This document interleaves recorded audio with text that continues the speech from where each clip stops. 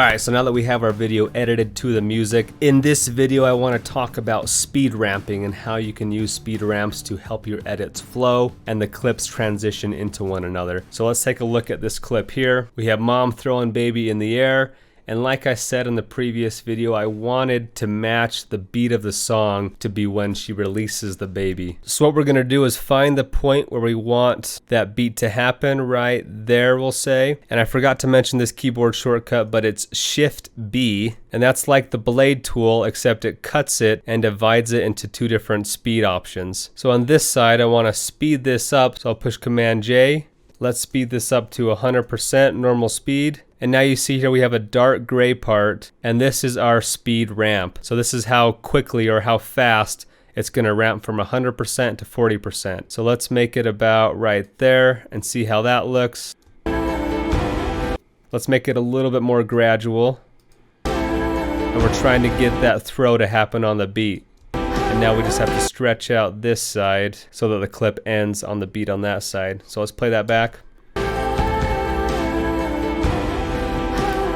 Very nice. Now in this next clip we're going to do a speed ramp transition. We're going to have this clip start slow. It's going to speed up into this clip, which will start out fast and go back to slow. And that will create a ramp transition between those two clips and help them flow a little bit better. So let's find the point where we want this to ramp. We'll go like right here. Shift B, make that 100%. Stretch that clip out. And probably going to make this ramp a little bit later. Let's try that. So again, Premiere's time remapping or speed ramping function is better than Final Cut. If this was in Premiere, I'd be able to mess with the individual keyframes, but if you know how to use this tool within Final Cut, it can work as well. So let's watch that again. We're going to speed up this clip at the beginning to create this ramping up and down transition.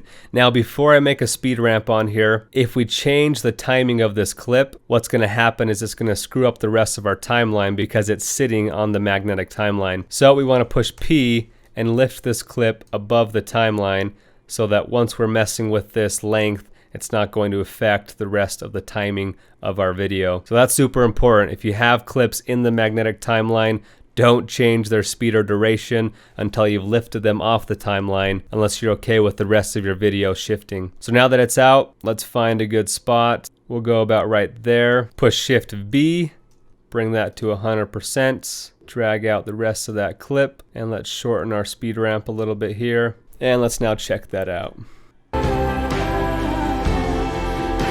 Now I think I want to speed this up even more. I'm going to grab that clip, push Command J. Let's speed that up to 200%. And let's try that now. Now what's happening is it doesn't match to the beat of the song very well anymore. So what we're going to do is actually cut this clip before the beat, delete that space, and now bring this over and then stretch this back out to the beat of the song. Now let's play that back and see how it looks.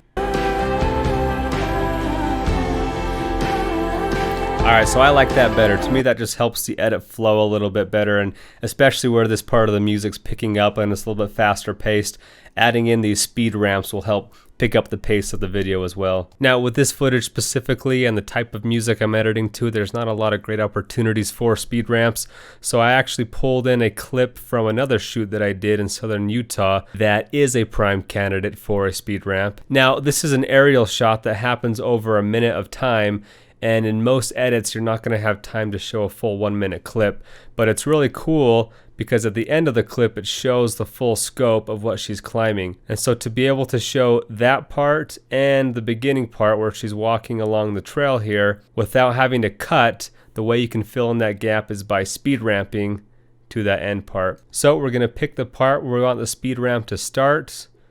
We'll say about right there. Push Shift B. And this was shot at 30 frames per second, so it's already slowed down to 80%. And then let's decide where we want the speed ramp to end, and we'll say about right there. Shift B, and then select our middle portion, and let's put in 1000%. See how that does. Okay, so let's watch our clip back now. Then it speed ramps. and then slows back down. Now I'd say we could even slow that down even more. It's still a little bit long. So let's try 3000%. And it's kind of blurry because it needs to render out. So that's what these little dots up here are for, is it's telling you that it has to render. So we'll go ahead and let it render. Now let's try it out. I'm going to speed this up even a little bit more to see how I like it. And speed ramping is just a process of a lot of fine-tune adjusting. Okay, we're at 5000%. Let's see how that looks. Awesome. So that is a speed ramp for you. And again, the times you'd use speed ramps is when you have long clips like that where you want to condense time and space and fit more clips into a smaller amount of time, or when you want to speed ramp out of one clip and into another to help them transition more seamlessly and help your edit flow a little bit better. So that's it for speed ramping. If you have any further questions, please let me know.